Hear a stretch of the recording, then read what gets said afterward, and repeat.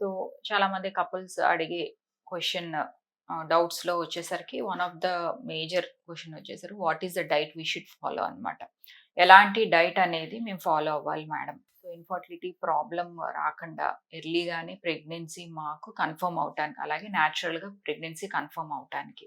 So, దీనికి answer అనేది ఒక సింగిల్ లైన్‌లో ఉండదు. బికాజ్ డైట్ అనేది మన ఎర్లీ ఏజ్ నుంచే మనం స్టార్ట్ చేయాలి. Diet with physical activity 2 so, early age నుంచే మనము ప్లాన్ చేసుకోవాలి. Like anti oxidant rich food అన్నమాట.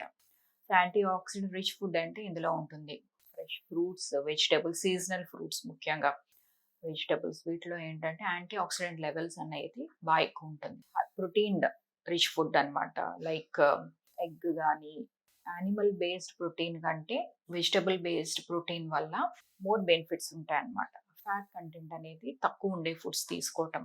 అలాగే అవాయిడింగ్ జంక్ ఫుడ్ అని, మైదాతో చేసినవి, కార్బ్స్ ఎక్కువ ఉన్న దాన్ని మనం కట్ షార్ట్ చేసుకోవడం వల్ల ఏంటంటే ఆడవాళ్ళలో ఒబెసిటీ, పీసీఓడి, థైరాయిడ్ ఇష్యూస్‌ని కంప్లీట్‌గా క్యూర్ చేయొచ్చనమాట. At the same time pregnancy అనేది ఎర్లీగానే వీళ్ళకి కన్ఫర్మ్ అవుతుంది.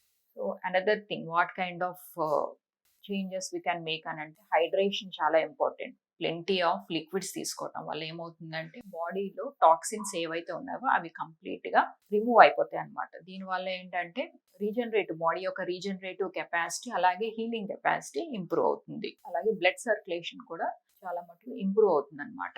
సో, థర్డ్ వచ్చేసరికి ఫిజికల్ యాక్టివిటీ, ఎక్సర్‌సైజెస్ అనే దానికి కూడా చాలా ఇంపార్టెన్స్ ఇవ్వాలి.